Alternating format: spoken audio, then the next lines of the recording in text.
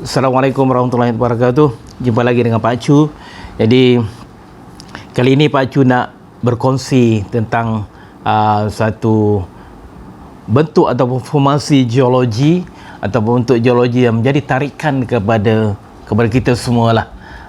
Jadi tajuknya adalah tunggul laut.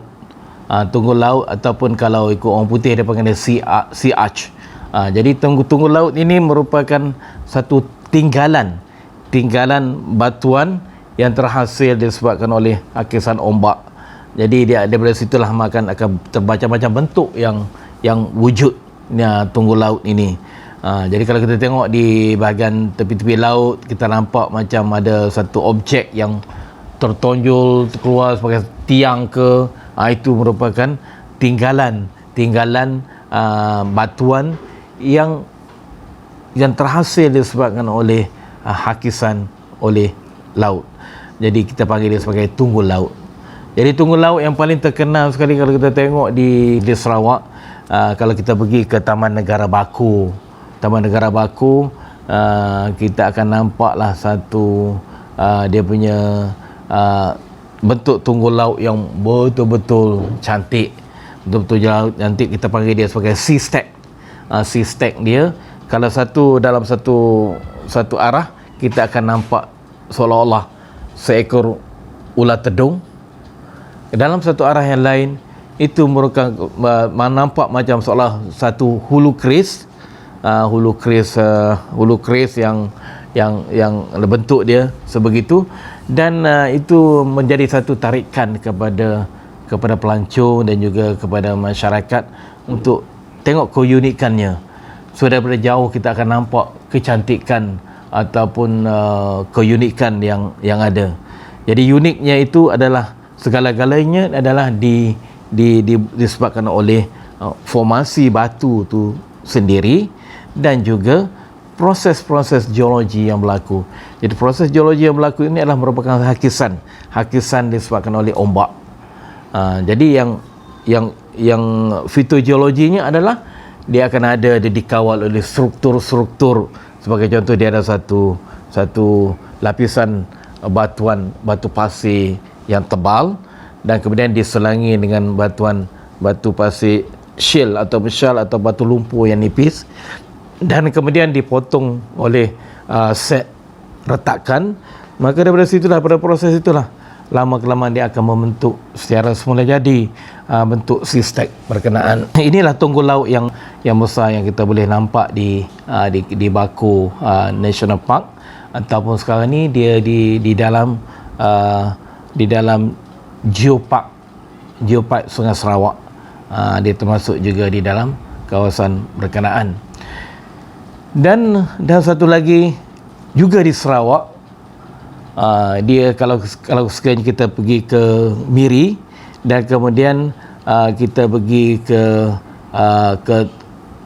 Pantai Tusan. Pantai Tusan, kita pada masa dahulu memang ada satu tunggul laut yang cantik di sana, di mana bentuknya adalah umpama seekor kuda yang sedang minum air, dan tengah-tengah tu dia ada satu gua ataupun satu terowong yang boleh membentuk dia sebagai kepala kuda. Tapi sayang, seribu kali sayang, struktur yang begitu cantik yang dia terhasil oleh tindakan hasil hakisan daripada lautan runtuh pada masa pada tahun 2000, tak silap 2021 kalau tak silap, dah runtuh disebabkan oleh satu hakisan air hakisan ombak yang kuat. Jadi sekarang ni tak ada lagi dah tunggul laut yang berbentuk kuda di Pantai Tusan di bahagian Miri. Jadi, dan juga kita tengok kalau sekiranya kita berjalan lah di sebelah pantai timur semenanjung Malaysia, kalau kita pergi ke Terengganu dan kalau kita pergi ke Pantai Kemasik sebagai contoh, kita akan nampak jugalah berbagai-bagai bentuk tunggul laut yang ada di sana, dan betapa cantik masing-masing kalau ke sana mesti kena nak tengok nak tengok kecantikan dia, keunikannya, mesti berselfie dan sebagainya di apa dia, di Tunggul Laut berkenaan. Dan begitu juga kalau kita pergi ke Kuala Dungun. Kuala Dungun juga terdapat satu tunggul laut yang, ataupun tunggul laut hasil daripada hakisan. Tinggalannya adalah merupakan bentuk penyu dan sebagainya. Jadi itu adalah hasil daripada bukan disebabkan oleh manusia, tetapi hasil dari tindakan paduan di antara hakisan ombak dan juga struktur-struktur batuan yang ada di kawasan berkenaan. Jadi terhasilnya adalah dia, Allah Ta'ala telah menciptakan benda itu, menghasilkan sesuatu benda yang menarik untuk kita hayati secara bersama. Jadi itulah kelebihan-kelebihan yang ada pada tunggul laut ini.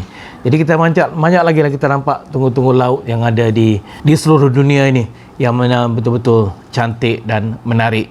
Jadi kalau di seluruh dunia tu, kalau kita tengoklah macam-macam tunggul laut yang wujud di sebelah pantai Dover dekat dengan England tu, banyak terdiri daripada tunggul laut yang terhasil oleh kapur ataupun batu kapur. Jadi kalau di Malaysia ini banyak daripada tunggul laut yang dihasilkan daripada batu sedimen yang lain, kecuali kalau kita pergi ke Langkawi. Kalau kita pergi ke Langkawi, banyak tunggul-tunggul laut yang terhasil daripada batu kapur. Itulah keunikan yang kita ada. Dan kalau kita terus tolak ke sebelah atas lagi, kita naik ke belah-belah Thailand, pergi ke Krabi, kita akan nampak kenapa orang pergi ke Krabi, untuk menikmati pantainya dan menikmati keunikan apa dia, tunggul-tunggul laut yang ada di Krabi itu. Memang betul-betul menarik dan cantik untuk dihayati secara bersama.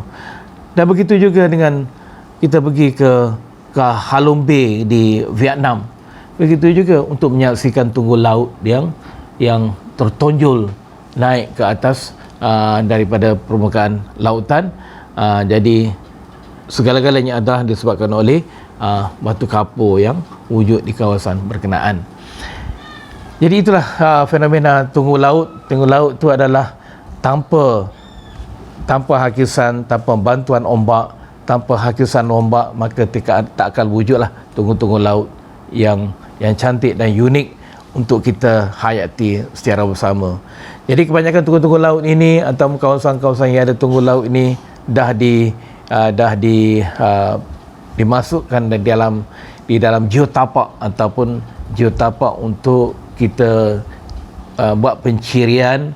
Jadi kita buat masuk elemen-elemen geologinya untuk masyarakat tahu apakah proses-proses yang berlaku di sebalik pembentukan objek-objek berkenaan.